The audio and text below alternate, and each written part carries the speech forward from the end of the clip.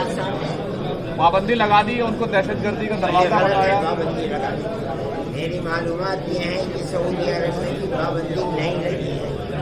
हिंदुस्तान की वो पार्टियां या वो लोग जो उनके दिल के अंदर रह रहे हैं मुसलमानों के खिलाफ, वो ये कह रहे हैं कि सऊदी अरब ने पाबंदी लगा दी तो हम भी पाबंदी।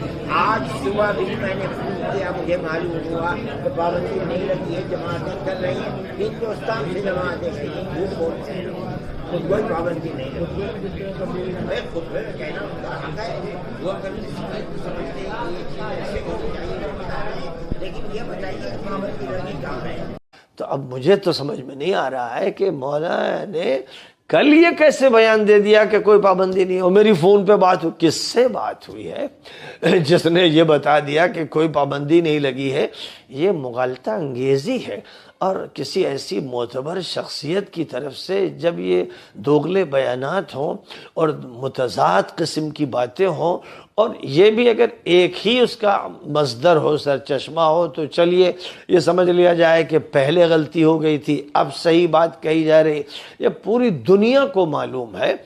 और पाकिस्तान में मौलाना तकी उस्मानी साहब पूरे बड़े बड़े अहम उलमा के वफ़द के साथ सऊदी सफ़ीर से मिले और उनसे शिकायत की, और जो इल्ज़ामात तबलीगी जमात पर लगाए गए उनकी सख्त तरदीद की। रहमान रहीम। ये जनाब सलमान नदवी साहब की वीडियो से मुताल्लिक़ सवाल है। असल हज़रत मौलाना अरशद मदनी दामत बरकातुहुल आलिया ने जो फरमा दिया था कि तबलीगी जमात पर तो कोई पाबंदी नहीं लगी है, अब ये जनाब तो फ्री बैठे रहते हैं, इनको तो मौका मिल गया कि कैसे कह दिया है। चनाचे वीडियो बना दी मुकम्मल, और उसके तकरीबन आधे घंटे से ज़्यादा का ये बयान है, और उसमें फिर पूरी तफसील है कि दारुल उलूम देवबंद की तरफ से बयान आया है, और फ़लाँ की तरफ से बयान आया है, फ़लाँ की तरफ से बयान आया है। आप ख़ुद सऊदी जो सफ़ीर है उससे मुलाकात कर चुके हैं, फिर आप ये कैसे कह रहे हैं कि कोई पाबंदी नहीं लगी है? तो बाज़ दोस्तों की तरफ से ये वीडियो आई कि क्या ये पाबंदी लगी भी है नहीं लगी है, और सही बात क्या है। तो देखें, इस हवाले से अर्ज़ है कि इतनी बातूस है कि तबलीगी जमात पर सऊदी अरब के अंदर पहले से पाबंदी है। ये बात सही है, दुरुस्त है। इस पर मैंने गुज़िश्ता साल भी एक वीडियो बनाई थी। असल होता ये है कि हर साल जो सऊदी हुकूमत है, वज़ारत उश-शऊन अल-इस्लामिया, उसका जो मजहबी शोबा है सऊदी हुकूमत का, तो उसकी तरफ से एक ऐलान जारी किया जाता है। वो खुतबा के नाम होता है कि आप तबलीगी जमात के मुतालिक ये बातें बयान करें। ये हर साल होता है, गुज़िश्ता साल भी हुआ था, इस साल भी हुआ। लेकिन गुज़िश्ता साल ये बात इतनी ज़्यादा आम नहीं हुई थी, इस साल ज़्यादा हो गई। सोशल मीडिया पे पहले इस बात को बहुत ज़्यादा शेयर किया गया, उसके बाद मीडिया के अंदर आ गई। फिर उसके बाद ये हुआ कि हिंदुस्तान की बाद ऐसी तंजीमें जो ये चाहती हैं कि तबलीगी जमात पर पाबंदी लगे, हिंदुस्तान में मदारिस के ऊपर पाबंदी लगे, उनकी तरफ से ये बातें आनी शुरू हो गई कि जब सऊदी अरब के अंदर पाबंदी है, यहाँ भी पाबंदी लगनी चाहिए।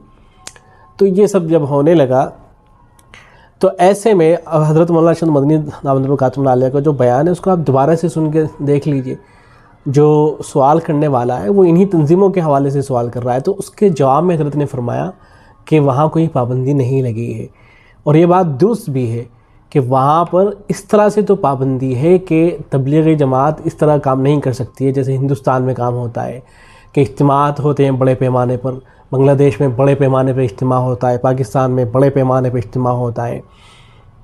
तो इस तरह से तो ज़ाहिर है वहाँ किसी तंजीम को इजाज़त नहीं है कि वो लोग घरों से बाहर निकलें, इकट्ठे हों किसी जगह पे जाके कोई तंजीम। तो इस तरह की किसी को कोई इजाज़त सऊदी अरब के अंदर ज़ाहिर है नहीं है।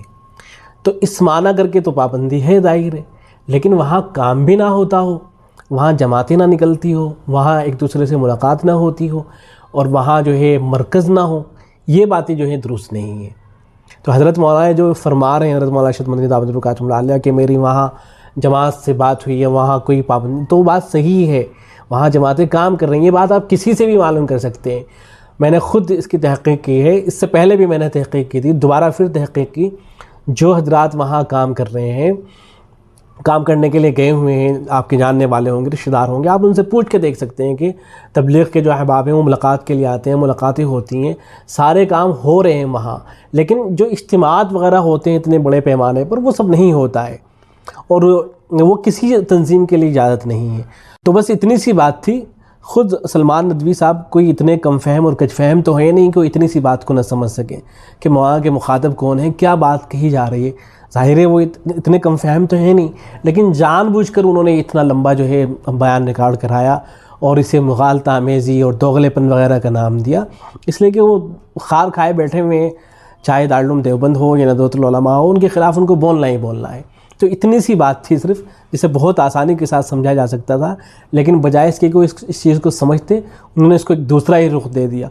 اور چونکہ وہ اپنے ان کے جو سامعین وغیرہ ہیں ان کو یہ وہ تاثر دینے کی کوشش کرتے ہیں کہ یہ جو تمہارے جتنے بھی بڑے ہیں, چاہے وہ مولانا ارشد مدنی صاحب ہوں یا رابع حسین ندوی صاحب ہوں, یہ سب تو حکومت کے پٹھو ہیں اور یہ سب تو سعودی حکومت کے غلام ہیں, ان کی غلامی میں لگے ہوئے ہیں.